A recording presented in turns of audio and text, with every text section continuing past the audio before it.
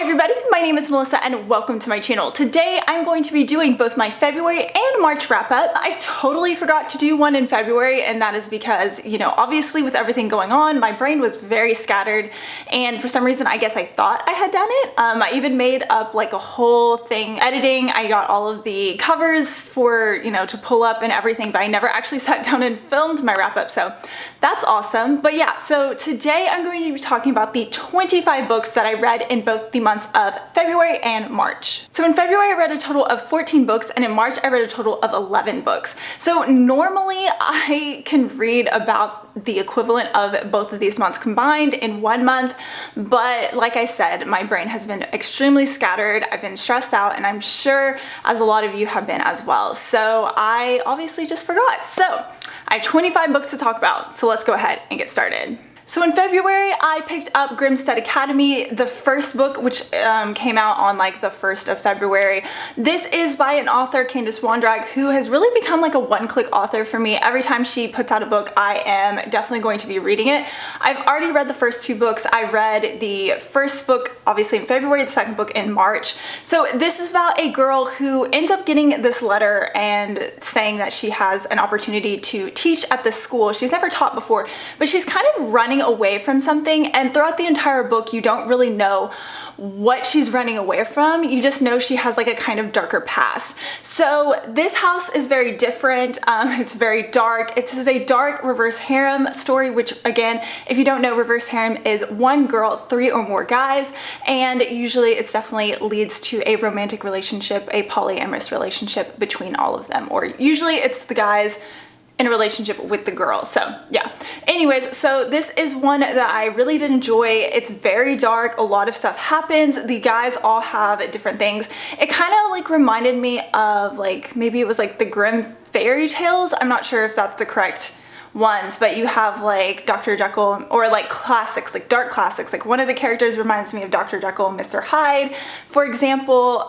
One of them kind of reminds me of like Dracula. So I really did enjoy this one, and look forward to continuing on with the rest of the series. I do have the 3rd book on my Kindle currently, so yeah, definitely excited to continue on with this series. So next I read These Monstrous Ties, and then as well, what is it called? Pray for Scars. So the first book was just not very good. I found myself giving it 3 stars, and that was a very generous 3 stars, or maybe I gave it 2. Let me double check. No, I gave it 2.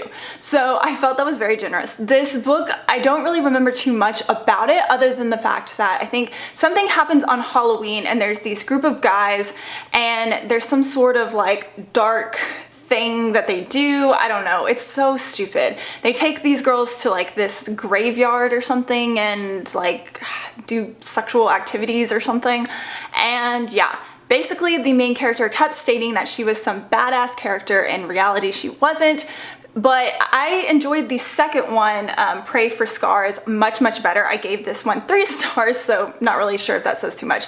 But yeah, I definitely needed to get through the first one to get to the second, and don't really remember too much about this story at all, other than it was not very memorable, and I don't think I'm going to continue on with this series. So the next 2 books that I read are part of the Intouchables series. This is a contemporary reverse harem, and I did like this for the fact that I haven't read a good contemporary reverse harem in quite a while. This has, you know, the usual tropes of the abused daughter, the mom that is kind of a nutcase. All of her friends are this group of guys, and she has this like untouchable, what shall I say, like that's what she's known for. No guys can date her. Whatever happens, it seems like she goes on dates and like suddenly they aren't interested anymore. Obviously it is the group of guys surrounding her that kind of like do that. I did enjoy this one. I can see where it'd be quite problematic, but I did enjoy it. I did find that these smutty scenes were kind of rushed, and the fact that it's set in high school, it just seemed like it should have taken a little bit longer to get there.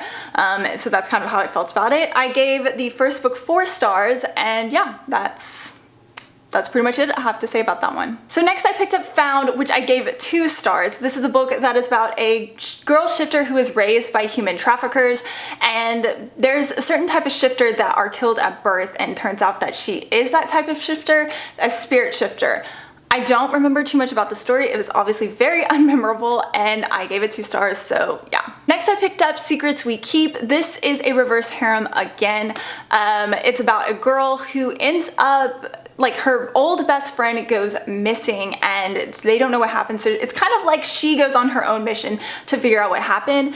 They used to be really good friends with this group of guys as well, and whatever happened a couple years ago kind of split them all apart, and so she reconnects with those guys, and those are going to be her new harem, I guess.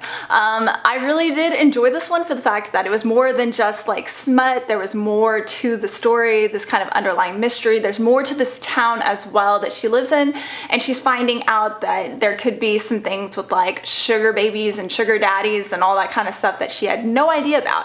Yeah, I gave the first book 4 stars. I did enjoy it. So to talk about the first physical book that I read in the past 2 months was The Worst Best Man by Mia Sosa. This is a rom-com book that I kind of did enjoy. I have to say the strongest part of this book was the beginning. It definitely got me hooked and I really did enjoy it.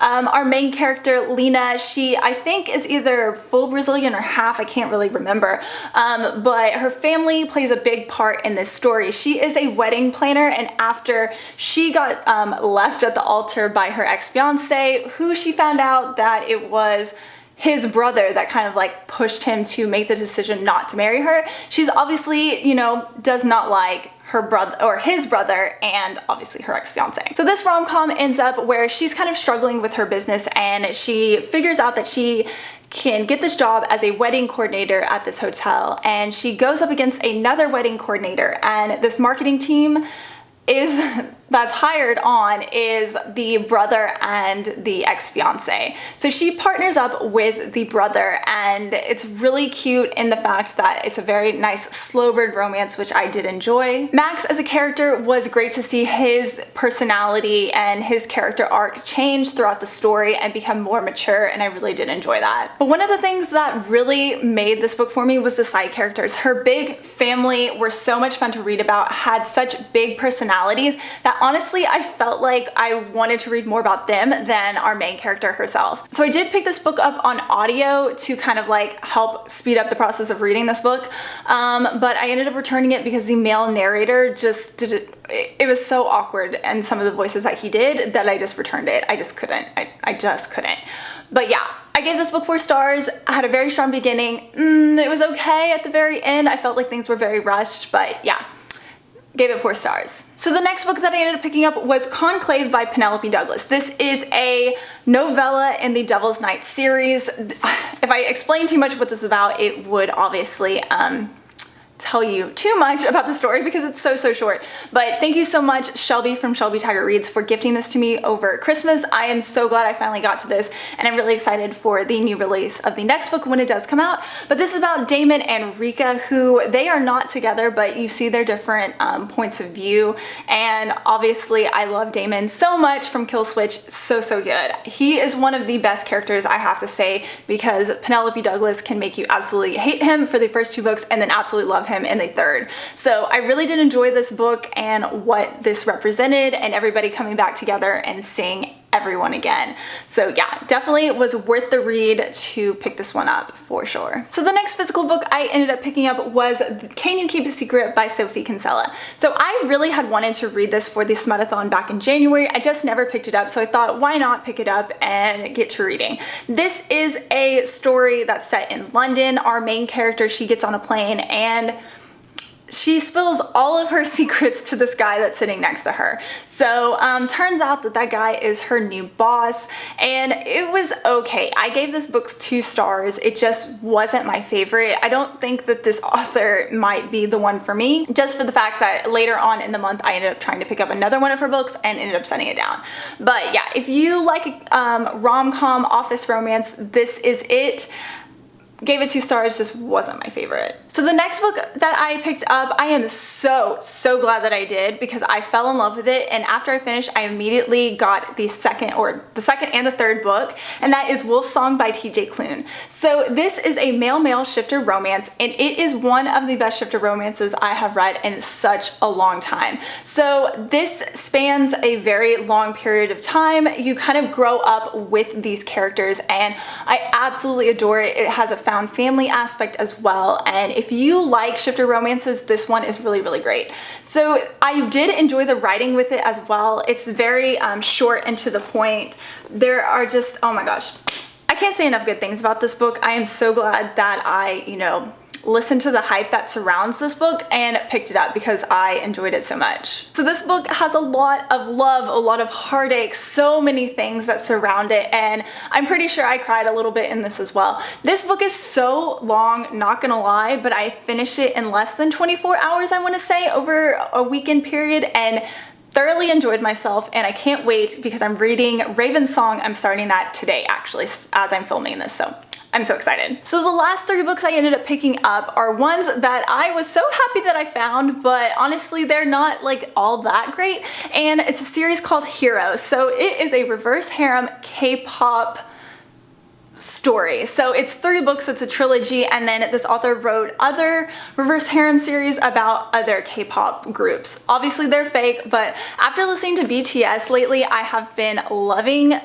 anything that I could get my hands on, watching YouTube videos about them and all kinds of stuff. So anyways, so I thought this would be really fun to pick up. I did enjoy it for the most part. I started reading Onyx, which is the series after this. It was okay, but yeah, I don't know what else to tell you other than it is a K-pop story, reverse harem. Yeah. That's it. So the very first book that I ended up picking up for the month of March is Liar by Candace Wondrak. So I was super excited. This was the 6th book in the Hillcrest University series.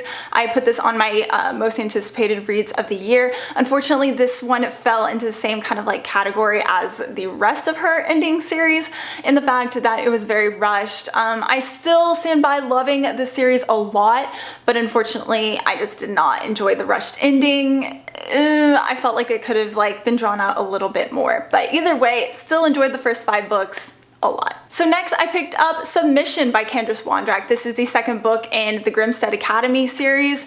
I don't really know what to tell you about this one other than it continues on with what happened at the very end of the 1st book. Dark paranormal reverse harem set in this creepy house.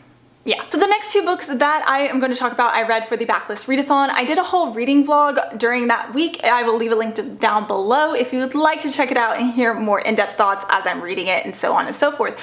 But the very first book that I picked up was Perfect Chemistry.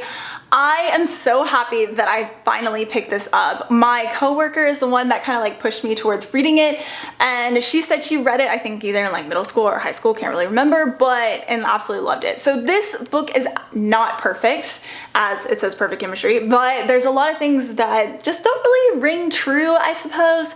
But then again, it is a YA contemporary romance, and it has, wrong side of the tracks boy, rich girl, falling in love and all that kind of cute stuff. So I really did enjoy this. I want to continue on with this series, and all of the rest of the books follow a different brother of the main guy character. So he was in a gang, he was bad, did some bad things, but he's good at heart and all that kind of stuff. So yeah, definitely glad I finally picked this up, even though it came out years ago. So the next book I picked up for the Backlist Readathon I did not enjoy so much, and that is Furious Rush by S.C. Stevens.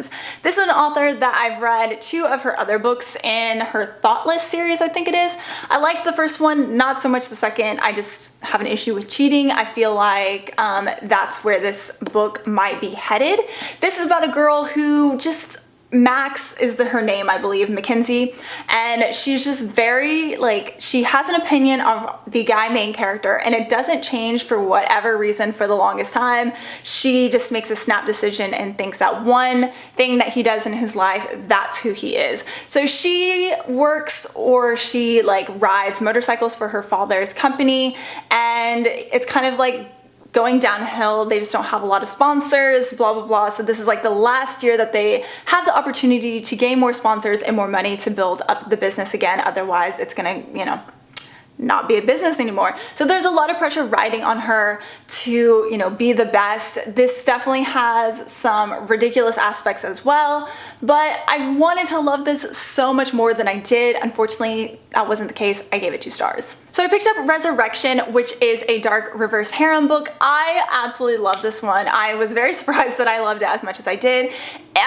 Probably because I've just read that other book before picking this one up. So this was a book that was not requested, what is it called?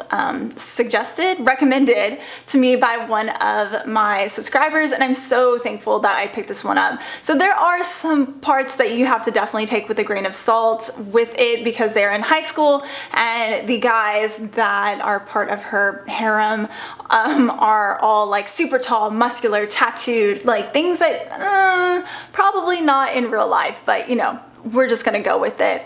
So I really did enjoy it. The beginning of this book starts off with she finds out her father has passed away and she's drinking, driving, going to this shall I say this party where her boyfriend is at. She walks into the party, finds him with another girl, and ends up making this deal with these guys to, you know, get that guy off her back. I do really want to continue on with the rest of the series. The second book comes out, I believe, April 10th, and I cannot wait. Uppercut Princess is the next book that I picked up. It is a reverse harem book as well, a dark contemporary one, and I did enjoy it. It's one where the girl is infiltrating the school. She's pretending she's someone who's meek, things like that, but turns out she's some badass and she can fight.